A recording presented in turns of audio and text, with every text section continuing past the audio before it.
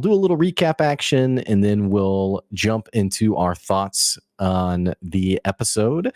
Usually there's someone in the comments who'll do a timestamp if you want to skip ahead to that, or if you're watching just the recap, which we cut out as a separate video, in the episode description you can see a link to the whole episode discussion, and we definitely want to know what you think and thought about the episode. So having said that, again, episode 44, Bawdy Basement Belligerence, and Will, I think you're taking the first half. Yes, sir. So we pick up this episode with Bell's Hells, if you'll recall, having just transported back to Ebenold's basement from the fire plane where they had their meeting with Plane Rider Ren and Ebenold. And they're trying to decide what their course of action should be next, but they hear voices above them. They're in like a hidden basement. They're like, okay, what should we do? Are there any other exits? No. What should our excuse be for being here? We were attacked. We were having an orgy. Perfect. So they basically are panicking. Yeah, these are like the two options, I guess. Yeah.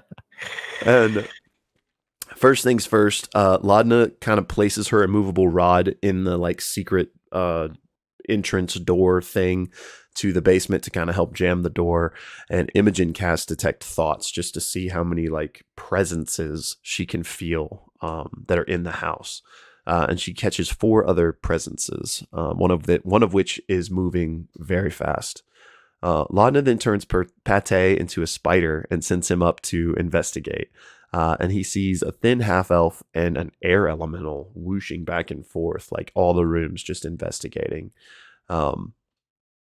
Some kind of hijinks ensue again during all this time. Bell's Hells are basically like, all right, we got to think of a plan. And failing to do so when the elemental actually comes through the door because it's made of air. It can just kind of slip beneath the gap and appears in the basement room with them. As this happens, they're like, okay, orgy it is. And half of the party is like stripping off their clothes, and initiative is rolled. So Imogen and Aurum kind of helm up the first round of deception checks against an air elemental that they are like having an orgy, essentially. Laudna actually passes the Treshy scrying orb to FCG, who then like uses it as if it's a camera, and FCG also makes a deception check. Again, it's against an elemental, so they're rolling poorly, but it's clearly not happening. The elemental is confused though, and it hasn't attacked them yet. Then the other voices of the half-elf and the other people that are in the house are starting to like clamor from the other side, being like, let us in, what's going on in there? But they can't quite make their way in because of the immovable rod. However, they eventually just splinter the door down and all make their way inside, and basically combat proper begins. Imogen basically at this point misty steps up out of the basement and goes into the kitchen of the house, and everyone's like, okay, I guess the plan is to just run away now. So like half of Bell's Hells are getting some attacks in, while the other half are like hurrying after Imogen. Couple good moments in this combat. FCG casts command, and initially commands to FAP, but kind of was like, okay, maybe I shouldn't, and commands to command. All but one of them succeed on the save, but one of them has to sit there and just command for his next couple turns. Aurum attacks a bunch of them, and then actually, I skipped a part. Sorry. Fern transforms into a horse in this chaos, and I think she says she's a Clydesdale, which is like a huge horse that is actually now blocking the exit from the members of Bell's Hells that have not yet escaped the basement. They can't escape now because she's so big, namely FCG, who's like trapped behind her. So Aurum does his, classic fighter maneuvers and bait and switches with FCG to help push them further up the stairs. Combat continues. Chetney utilizes Esteros's old weapon Turmoil for the first time, I believe.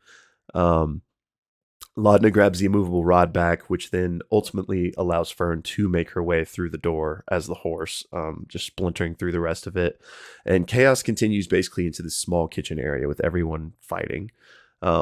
FCG does cast Banishment on one of the attackers and sends them to another plane of existence. That was awesome. Aurum is able to finish off one of the attackers, not the elemental, the humanoids.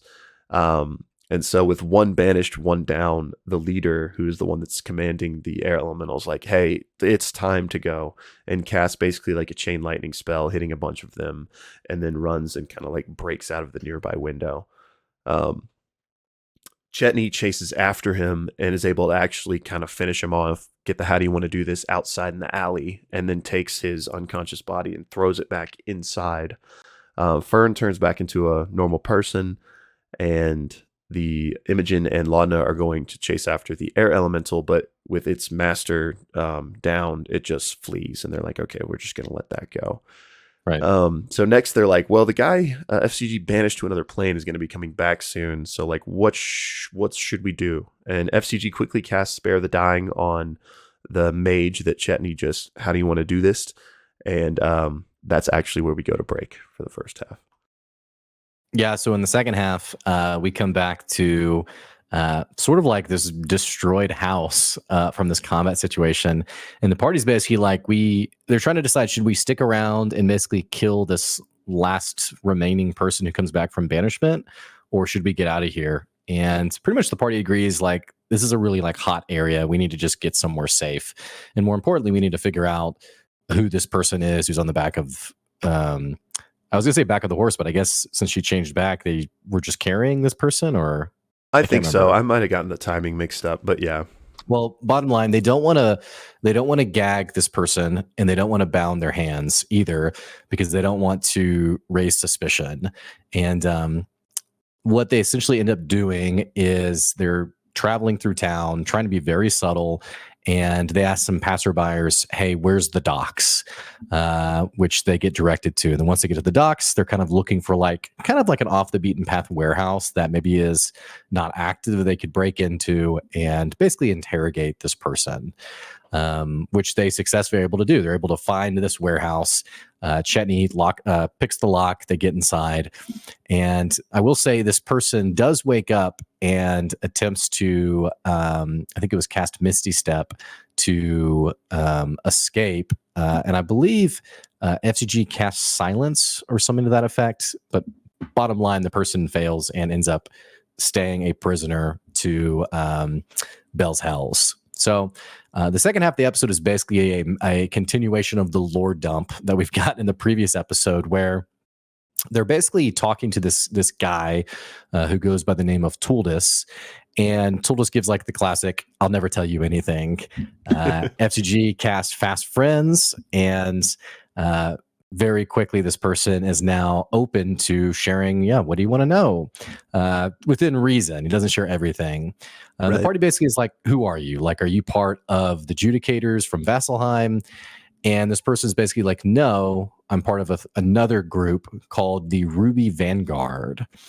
And through this conversation, they come to find out that this person's boss, the boss of the Ruby Vanguard, is Ludinus Deleth, the leader of the Cerberus Assembly. And that the whole point of the Ruby Vanguard, it is comprised of a number of zealots and religious people who are seeking to be free of the reign of the gods.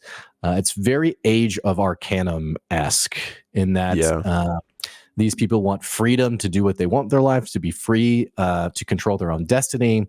And sort of their end game is to release Predathos, to basically finish what Predathos started. Release this hound that can consume the gods, and as Tuldus says, can then move on to other worlds beyond Exandria and continue to consume all of those things. Chetney rightfully asks, what's stopping Predathos from just like killing the gods and then killing all of us? And Tuldus basically says, well, why would a shark bother with eating the plankton after they've, finished with the fish? But essentially, it's a very like Thano-esque plan of like, this is for the good of all people. We're trying to make the world a better place by freeing us from the gods. And essentially, they want to know more about Ludinus. Can they find him? And also, while these conversations are happening, Imogen is casting Detect Thoughts and trying to also get like images and flashes of more details for this conversation. And basically, they come to find out that this person who they originally assumed was like a high-ranking official in the Ruby Vanguard is basically like a peon. Part of this is to frustrate Tuldus, by saying, "Oh, you don't really know Ludinus." And there's even a funny moment where he's having a memory of where he saw Ludinus, and Ludinus said, like, "Hey, good job." Like he's always like remembered that memory and stuff. But basically, they get to the point where they're like, "Okay, something big is happening."